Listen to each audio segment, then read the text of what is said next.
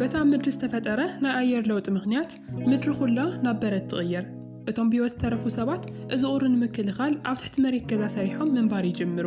ብህይወት ንምቕጻል ዘኽእሉ ቦታታት እዚኦም ብቻ እዮም ነይሮም። ካብዞም ቦታታት ኣብ ሓደ ናይ ሓደጋ ኣላርም ድምፂ እናፀውዐ እንከሎ ክልተ ሰባት ኣብ ውሽጢ ይጎዩ ኣለዉ። ዝኾነ ዘፍርሕ ነገር ብድሕሪቶም ይመጽእ ዘሎ እዩ ዝመስል። እናጎዩ ኣብቲ በሪ ይበጽሑ። ግን ዕድሎም ሕማቕ ኮይኑ እቲ በሪ ተዓፅዩ ይጸንሖም። ክልቲኦም እውን በቲ ዝኽተሎም ዝነበረ ነገር ይቕተሉ። ኣብቲ ሰዓት ኣብ ካሊእ ከምኡ ዝበለ ምሕእ ቦታ ሳመ ብደገ ኮይኑ እቲ ናይ ሳተላይት ድሽ ይዕር ኣሎ።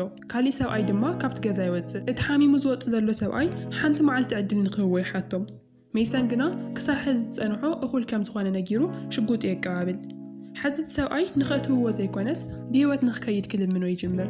ሜሰን ግና ምንም ከይተገደሰ ሽጉጡ ተኩሱ ይቐትሎ። ነቶም ኣብኡ ዝተርፉ ጉጅለ ድሕንነት ተባሂሉ ንሱ ክመውት ከም ዝነበሮ ከዓ ይነግሮም።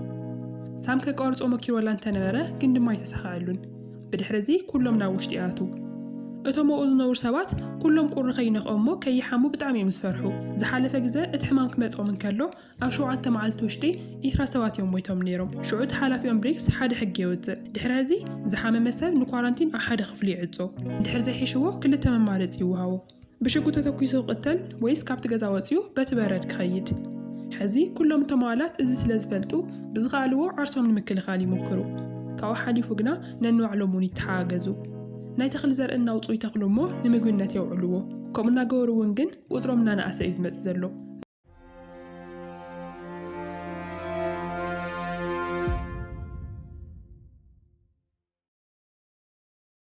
ሳም ናብ ብሪክስ ከይዱ ብዛዕባ ሜሰን ይነግሮ።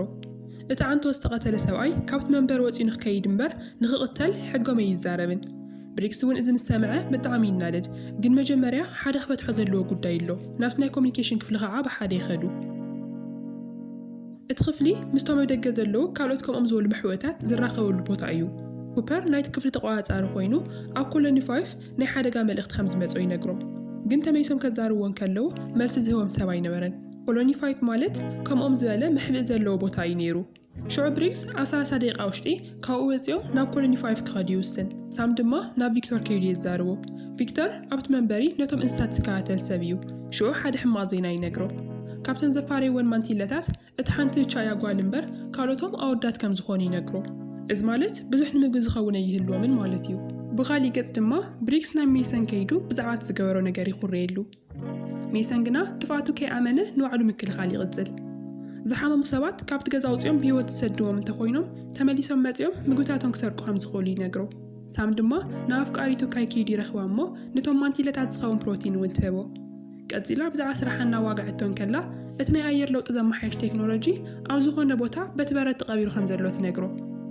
ንሕዚ እቲ ቦታ ወይ ከም ዝኾነ ይትፈልጥን ግን በቲ ራዳር እናገበረት ምእላሽ ከም ዘይተቋርጽ ትነግሮ። ብድሕሪ እዚ እቶም ጉጅለ ስብሰባ ክገብሩ ይእከቡ። ዴክስተር ምስ ሰበይቱ ኮፍ ኢሉ እንከሎ ሰበይቱ ከይትስዕል ይመኽራ። ምክንያቱ ከም ዝሓመሙ ክፍለጥ ኣይደለይን። ግን ኣጋጣሚ ሳም ብጥቕኦም ክሓልፍ ከም ዝሓመሙ ይርዳእ እሞ ናብ ክፍሎም ንክኸዱ ይነግሮም። ዴክስተር ግና ድሓር ከም ዝኾኑ ሃሊኹ ይምልስ። እቲ ስብሰባ ምስ ተጀመረ ብሪክስ ብዛዕባ ኮሎኒ 5 ይነግሮም። ናይ ሓደጋ መልእኽቲ ስለ ዝመጾም ዝተወሰኑ ሰባት ሒዙ ንሱና መርሖም ናብ ኮሎኒ 5 ከም ዝኸዱ ይነግሮም። ሜሰን ግና በቲ ሓሳብ ኣይተስማዕምዐን። ኣብ ከምዚ ዓይነት ኩነታት ኮይኖም ምግብን ሰብን ከጥፍዎ ከም ዘይብሎም ይዛረብ። ግን ሕቶ ተቐባልነት ኣይረኸበን። ሽዑ ብሪክስ ዴክስተር ምስኡ ንኽከይድ ይመርጾ። ሳም ግና ዴክስተር ሓሚሙ ከም ዘሎ ስለ ዝፈለጠ ናቱ ድኽመት ንምሽፋን ኣብ ክንድኡ ንሱ ከም ዝኸይድ ይዛረብ። ዴክስተር ድማ ኣብኡ ኮይኑ ነቲ ኤሌክትሪክ ስራሕ ክቆጻጸር ሓሳብ ይቕርብ። ግሬገን እውን ብፍቓዱ ምስኦም ክኸይድ ይውስን።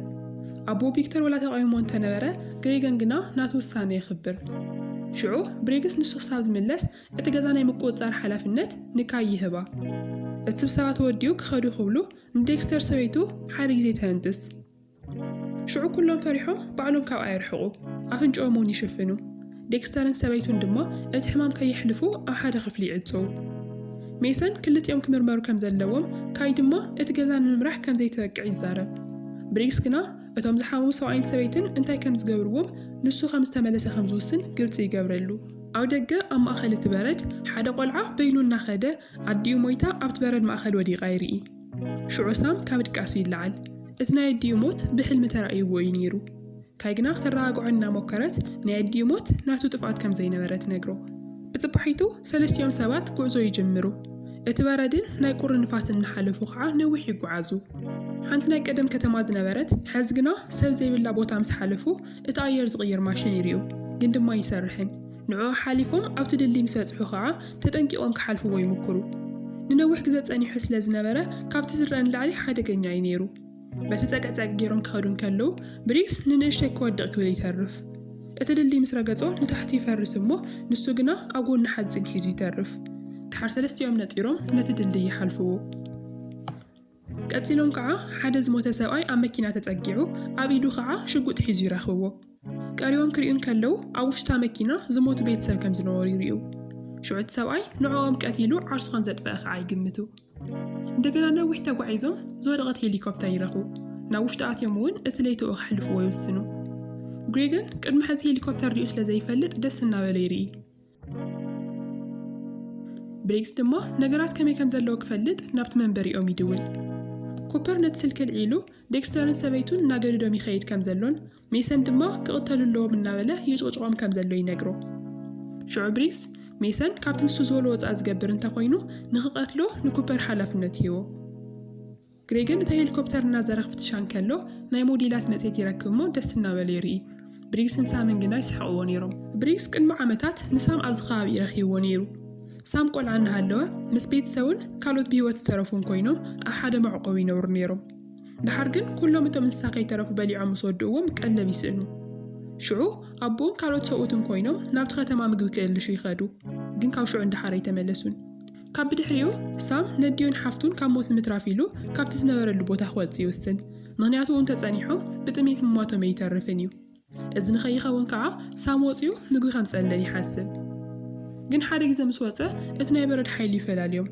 ካብ ሽዑ ብዛዕባ ቤተሰቡ ወረ ሰሚዑ ኣይፈልጥን ንሱ ብሂወት ክተርፍ ዝኸኣለ እኳ ብሪክስ ስለዘድሓኑ እዩ ነይሩ بصباحيتو دحر ناي معالتات قعزو او كولوني 5 يبصحو جنبت بري زفسس دمريوم يدنقصو بر خفيتهم ناوش تكاتون كلو خا نافنጫ ዝኸብጥ ጫና ይጸንሖም ሓዙን ግን ብዛ ሓለፈዎ ዝፈሰሰ ደመሎ እዚ ኮሎኒ 5 57 ዘንብር ቦታ ይነሩ ሓዚ ግና ዝቕበሎም ሰውን የለን ሹዕ ብሪክስ ሽጉጡ ንግሬገን ይህቦ ናውሽትናቶ ብዝኸዱ ቁጥሪ ከዓ ኣብ መንደቕ ደምን ኣብ መሬት ድማ እቶም ዝሞቱ ሰባትን ይረኹ ድሓር ካብ ሓደ ዝተዓጽኦ ክፍሊ ሓደ ድምፂ ይሰምዑ ሳምነት ክፍሊ ከፊቱ ናውሽት ካቱን ከለው ሓደ መሬት ኮፍ ዘለ ሰብኣይ ይሪኡ ሊላንድ ምስራዮም ዓዊሉና ወይ ምሕረት ንኸገብሩሉ ይሓቶም ንሶም ግና ሰላማውያን ሰባት ከም ዝኾኑና ነገር ወይ ረጋግዕዎ ድሓር ሊላንድ ነትበር ንኽዓጽዎ ምስ ነገሮም ዝብላዕን ዝስተን ካብኣቶም ይቕበል ንብዙሕ መዓልታት ተዓጽዩ ስለ ዝጸንሐ ካሊእ ሰብ ብሂወት ዘሎ እንትኾይኑ እኳ ይፈልጥን ቀፂሉ እንታይ ከም ዝተፈጠረ ክነግሮም ይጅምር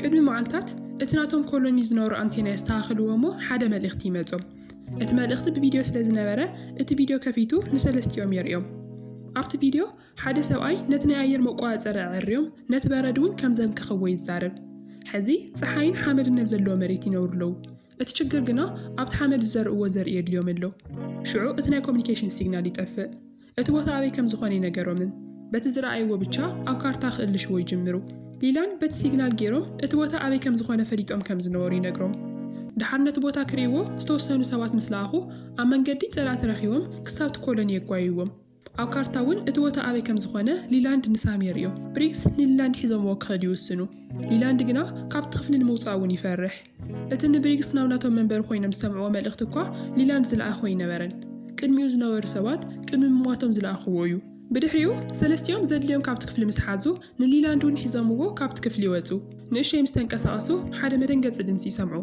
شعو ليلاند فريحو غوينا بتسنبرو كفلي اتمو بوشتي عازو نسوم غنا نقدميت غعزوم يغزلو نابتور نقراو كخدون كلو اتدمصن حيلي مزه نايزوقع سبن نايزوقع سب بخياتن اوياتن يسمعوم نيرو نشي مسكدو حدا برهان ريو قاسيلوم كقرون كلو زيتتصبيو مدنقص ነገር ይሪዩ حدا سبعي نايساو نفسنا قرارصه ካልኦቶም ከዓ ናይ ሰብ ስጋ እናበልዑ እዮም ሪኦም ኣብ መንጎዚ እቲ ፋስ ሒዙ ዝነበረ ሰብ ቀሲሉ ነንብሪክስ ይሪኦሞ እናጎየናኦም ይመጽእ ሳም ግና ፈጣን ስለ ዝነበረ ተኩስ ይቀትሎ እቲ ናይ ሽጉጥ ድምፂ ነቶም ካልኦት ይቕስቅሶም ብዙሓት ክኾኑን ከለው እቲ ሓላፊኦም ዓዊሉ ድምፂ የውፅእ ተኣኪቦም ክመጽዎም ከዓ ይሞክሩ ሳም ነቲ ሓላፊ ኣብ እዝኑ ምስ ወቅዖ ንካልኦት እውን በብሓደ እናገበረ ይቀትል ግን ብጣዕሚ ብዙሓት ስለ ዝነበሩ በብሓደ ሽጉጥ ገይሮም ክውድዎም ከም ዘይኽእሉ ይርድኡ ሽዑ ብሪክስ ዳይናማይት ቦምብ ወርዊሩ ሰቃጸሎም ንሶም ንኽጎዩ ንእሽተይ ግዜ ይረኽቡ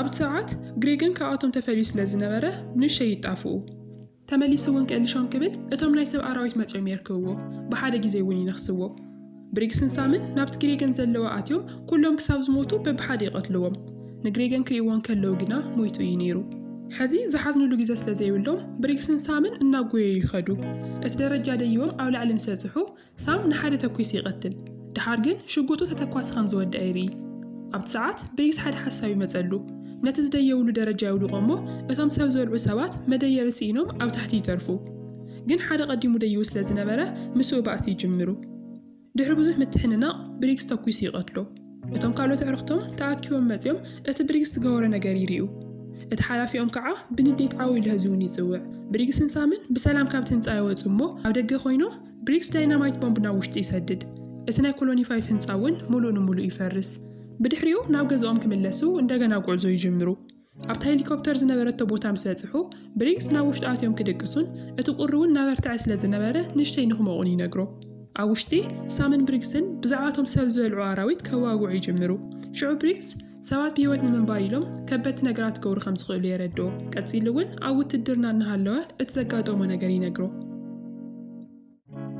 ሓደ መዓልቲ 20,000 ሰባት ኣብ ስቴድየም ተዓጊቶም ይተሓዙ እሞ ናይ ንብሪክስ ጉጅለ ከድሕንዎም ተኣዚዞም ይኸዱ ሽዑ ምግቢ እናሓውዎም እቶም ሓኻይም ድማ ዝተጎድኡ ይሕክሙ ንዝተወሰኑ መዓልታት ብኸምዚ ምስ ፀንሑ እቲ ዝነበሮም ምግቢ ይውዳእ ካብ ሽዑ እንድሓር እቶም ዝተዓጠቑ ወታደራት ካብቶም ዕጥቂ ዘይብሎም ምስራቅ ይጅምሩ ቁሩ ምስ ፀንሑ ግና ጭራሽ ዝስረቑን ይስእኑ ኣብቲ ሰዓት መን ክነብር መን ክመውት ከም ዘለዎ እቲ ሓላፊኦም ምውሳን ይጅምር ነቶም ድኸም ዝበሉ እናልዓሉ ንኦም ክበልዑ ይውስኑ ሜሰን እውን ኣብኡ ምስኦም ስለ ዝነበረ ከምዚ ዓይነት ጭካነ ምፅዋር ይኣብዮም ብሓደ ኮይኖም ክዓካኡ ይወፁ ብሓደ እናተጓዓዙ ክሳብ ሕዚ ኣብ ሓደ መንበሪ ይነብሩ ኣለዉ ብሪክስን ሳምን እቲ ለይቲ ኣብቲ ሄሊኮፕተር ኣሕሊፎም ንጉሆ ክትስኡን ከለዉ እቶም ኣራዊት ይኽተልዎም ከም ዝነበሩ ይርኡ ናኦም እናቐረቡ እዮም ዝመፁ ዘለዉ ካብኡ ጎየም ተምሊጦም እቶም ኣራዊት እውን ተኸቲሎምዎ ናብቲ መንበሪኦም ክኸዱ እዮም ብሪክስ ግና ዝበለፀ ሓሳብ ነይርዎ ብሓይሊ ጎዮም ነቲ ድልድል ክሓልፍዎ እሞ ዳይናማይት ተውፂኦም ነቲ ድልድል ከፈንድእዎ ይሓስቡ ሽዑ እቲ ዳይናማይት ተቃፂሎም ምስ ኣቐመጥዎ እቲ ሓዊ ንዖኦም እውን ከይቃፅሎም ብድሕሪ ሓደ ሓፂን ይሕብኡ ግን ዕድሎም ሕማቕ ኮይኑ እቲ ዳይናማይት ከይፈንደአ እቲ ሓዊ ብንፋስ ይጠፍእ ሽዑ ብሪክስ ንሳም ርእሲ ወቂዑ የውድቆ እሞ ንሱ ናብ ዳይናማይት ዝነበረ ቦታ ይኸይድ ተቃፅሎ ላይተር ደጋጊሙ እንተሞከረ እቲ ንፋስ ምውላዕ የኣብዮ ግን ሕዚ እውን ተስፋ ከይቆረፀ ይሙክር እቶም ኣራዊት ዳርጋኡ በፂሖም ስለ ዝነበሩ ፍርቆም ነቲ ክፍተት ክነጥሩ ናብ ታሕቲ ይወድቁ ብሪክስ ድማ ድሕሪ ብዙሕ ፃዕሪ እታ ዳይናማይት የቃፅሎ እሞ እቶም ኣራዊት ናብኡ ክሳብ ዝፅጉዑ ይፅበ ኣብኡ በፂሖም ንእሽተይ ምስ ተቓፀለ እቲ ሒዝዎ ዝነበረ ዳይናማይት ይፍንድእ ብሪክስ ነቶም ኣራዊት ሒዙ ይመውት እቲ ድልድል ከዓ ኣብ ክልተ ይምቀል እቲ ናይቶም ኣራዊት ሓላፊ ዝተወሰነ ጉጅለ ሒዙ ብሂወት ይተርፍ ግን እቲ ድልድል ስለ ዝተሰበረ ክሓልፈ ይኽእልን እዩ ሳም ድማ ንድሕሪት ተመሊሱ ናብ መንበሪ ገዝኦም ጉዕዞ ይጅምር ኣብቲ መንበሪኦም ድማ ሜሰን ንዴክስተርን ሰበይቱን ሒዝዎም ናብ ደገ ይወፅእ መጀመርያ ነቲ ሰበይቲ ይቐትላ ቀፂሉ ናብ ዴክስተር ክምለስ ክብል ካይ ሽጉጥ ሒዛ ብድሕሪት ትፅውዖ እንድሕር ዴክስተር ቀቲልዎ ንሳውን ከም ትትኩሰሉ ትነግሮ ኣብቲ ሰዓት ነቲ ጉጅለ መን ከም ዝመርሖ እናተኸራኸሩን ከለዉ ናይ ሳም ፃውዒት ይሰምዑ ዴክስተር ነቲ ክፍተት ተጠቒሙ ጎዩ የምልጥ ካይ ድማ እናጎየት ናብ ሳም ትኸይድ ሳም ግና በቲ ቁሪ ዝተልዓለ ዓርሱ ስሒት ይወድቕ ሜሰን ድማ እቲ ኣጋጣሚ ተጠቒሙ ብድሕሪት መፂኡ ንካይ ይወቕዖ እሞ ንሳ እውን ዓርሳ ስሒታ ትወድቕ ድሕሪ ዝተወሰነ ሰዓታት ሳም ውሽጢ ኮይኑ ይነቅሕ ንቪክቶር ብዛዕባ ትወዱ መሕዘኒ ዜና ይነግሮ ኣብቲ ሰዓት ሜሰን ይመፅእ እሞ ንሳም ናብቲ ዓራቱ ኢዱ ባካቴና ይኣስሮ ካብ ሕዚ እቲ ሕጊ ተቐይሩ እዩ ይብሎም ካብ ሕዚ ዝወሃቦም ምግቢ ካብቲ ዝበልዕዎ ዝነበሩ ፍርቁ እዩ ክኸውን ዝኾነ ሰብ ናይ ሕማም ምልክት እንተርእዩ ከዓ ብዘይ ምንም ሕቶ ኣብ ደገ ይቕተል ኣብ ናይ ውሽጢ ስራሕቶም ክሰርሕ ዘይደሊ ሰብ ምንም ምግቢ ይወሃውን ሳም ግና ናይ ሜሰን ዘረባ ኣቋሪፁ እቲ ዝተፈጠረ ነገር ይነግሮም እሞ ቅድሚቶም ኣራዊት ናብኡ ምምፅኦም ካብኡ ክወፁ ከም ዘለዎም የረድኦም ብዛዕባ ትበረድ ዘይብሉ ናይ ሙቐት ቦታ እውን ይነግሮም ሜሰን ግና ይኣምኑን ንኩሎም ሒዝዎም ንሳም ብቻኡ ገዲፍዎ ይወፅእ ኩሎም ምስ ወፁ ሓደ ንእሽተይ ቆልዓ መፅዩ ንሳም ሓደ መፍትሕ ይህቦ ናይ ተኣሲሩሉ ዘሎ ኢዱ መፍትሕ ኮይኑ ካብ ሜሰን ቀሰቢሉ ከም ዝሰረቆ ይነግሮ ኣብ ደገ ሜሰንን ቪክቶርን ኮይኖም ዝኾነ ዝመፅእ ሰብ እንተሊ ይርኡ ግን ምንም የለን ቪክቶር ሳም ሓስዩ ታሪክ ፈጢሩ ዝዛረብ ዓይነት ሰብ ኣይኮነን ስለዚ ሕማቕ ኣሎ ፅቡቕ እንተተዘጋጀና እዩ ዝሐይሽ ይብሎ ናውሽጣ አትዮም ከዓ እትናይ ሴኩሪቲ ካሜራ እናአረይዎን ከለው ሓደ ወዲ መጺው ሳም ካብ ዝተኣሰሮ ከም ዘምለጠ ይነግሮም። ሳም ድማ ንካይ ኣሊሹ ኣብ ሓንቲ ክፍሊ ተዓጽዩ ይረኽባ። ኢዳ ፈቲሑ ብሓደ ናብቲ ናይ ኮምፒተር ክፍሊ ይኸዱ። እቲ መልእኽቲ ዝመጸሉ ቦታ እናራዩን ከለው እቲ ሙቐት ኣበይ ከም ዝኾነ ይእልሹ። ኣብ መጀመርያ ምንም ኣይረኸቡን ነይሮም። ድሓር ግን እቲ ራዳር ሓደ ሓዊ ዝመስል ቦታ የርእዮም። ሽዑ እቲ ሓሳቦም እውን ትኽክል ከም ዝኾነ ይፈልጡ። ሳምን ካይን ኣብ ቦርሶም ክንዲ ዝኸኣልዎ ዘርኢ ምስ ሓዙ ነቶም ካልኦት ክነግርዎም ይኸዱ።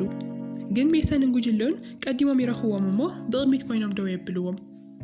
ክልቲኦም ጉጅለ ኣብ ክርክር እንከለው ሓደ ዓው ዝበለ ናይ ኣላርም ድምፂ ካብ ደገ ክመጽእ ይሰምዑ። እቶም ኣራዊት ኣብቲ በሪ ኮይኖም ነቲ ማዕጾ ከፍትዎ ይበኣሱ እዮም ዘለዉ። እቲ ናይቶም ኣራዊት ሓላፊ ድማ ናብቲ ካሜራ ቀሪቡ ናይ ዴክስተር ርእሲ የርእዮም። ድሕሪ ዝኹሉ ሜሰን ሳም ትኽክል ከም ዝነበረ ይርዳእ። ሓድሽ መምርሒ ከዓ ይህቦም። ክትኩስ ዝኽእል ሰብ ሽጉጥ ይሕዝ፣ ካልኦቶም ከዓ ኣብ ሓደ ክፍሊ ንክኾኑ። ኩፐር ነቶም ሽጉጥ ዘይብሎም መሪሑ ናብ ሓደ ክፍሊ ምስ ወሰዶም ነቲ በሪ ይዓጽዎ። እቶም ሽጉጥ ዝሓዙ ግና ናብቲ ኮሪደር ቀሪቦም እቶም ኣራዊት ክሳብ ዝኣትዉ ይጽበይዎም። ሃንደበት መብራት ትጠፍእ እሞ ተመሊሳ ክትመጽእ እንከላ እቲ ማዕጾ ባዕሉ ይኽፈት። ግን ማንም ዝኣተወ ሰብ ከዓ የለን። ንሶም ነቲ በሪ እናሓለውን ከለው እቲ መፍርሒ ድምፂ ካብ ውሽጢ ይመጽእ። ሓደ ኣራዊት ብመስኮት ገይሩ ናብቲ ኩፐር ዘለዎ ክፍሊ ኣትዩ እዩ። ኩፐር ተመሊሱ ይበኣሶ፣ ግን ድማ ልዕሊ ዓቕሙ ኮይኑዎ ናብ መሬት ይወድቕ። እቲ ኣራዊት ንኩፐር ቀቲሉ ናብቶም ተኣግቲዮም ዘለዉ ሽጉጥ ዘይብሎም ሰባት ይኸይድ። ንሶም እውን ዝከላኸለሎም ሰብ ከም ዘየለ ሪኦም ንድሕሪት ተመሊሶም ይጎዩ። ብድሕሪ እዚ እቶም ኣራዊት ናብቶም ተዓጢቖም ዘለዉ ሰባት ይመጽ እሞ መጀመርያ ሜሰን ይጉዳእ። ብሽጉጥን ብፋስን ባእስ ክገብሩ እንከለው ካብ ክልቲኡ ጉጅለ ብዙሓት ሰባት ይሞቱ። እቶም ኣራዊት ግና ቁጽሮም ብዙሓት ስለ ዝነበሩ እንተሞቱ እኳ ካልኦት ተኣኪቦም ይኣቱ። ሳምን ካይን ፈሪሖም ድሕሪት ክምለሱ እንከለው ቪክቶር ግና ነቲ ሓላፊኦም በይኑ ይገጥሞ። ብዙሕ ወላ እንተተባእሰ ኣብ መወዳእታ ግና እቲ ኣራዊት የሸንፍ እሞ ቪክተር ይመውት። ሜሰን ድማ ተጎዲኡ እናሃለወ ይጎይ እሞ ናብ ሓደ ክፍሊ ይኣቲ። ምሶም ኣብኡ ዝጸንሕዎ ሰባት እውን ይሕባእ። ሳምን ካይን ቅድሚ ምእታዎም ግና ነቲ በሪ ቀዲሙ ይዓጽዎ። ሕዚ ሳምን ካይን ኣብ ደገ ኮይኖም እቶም ኣራዊት ይመጽዎም። ሜሰን ግና ምስቶም ካልኦት ኣብ ውሽጢ ኣሎ። ሽዑ ካብቶም ምስ ሜሰን ተሓቢኦም ዝነበሩ ሓደ ነቲ በሪ ምስ ከፈተሎም ሳምን ካይን እውን ናብ ውሽጢ ይኣቱ።